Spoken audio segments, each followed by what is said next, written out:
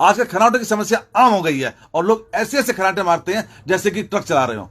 प्रणाम, विशेष औषधि वाला से मैं पीयूष मोहन।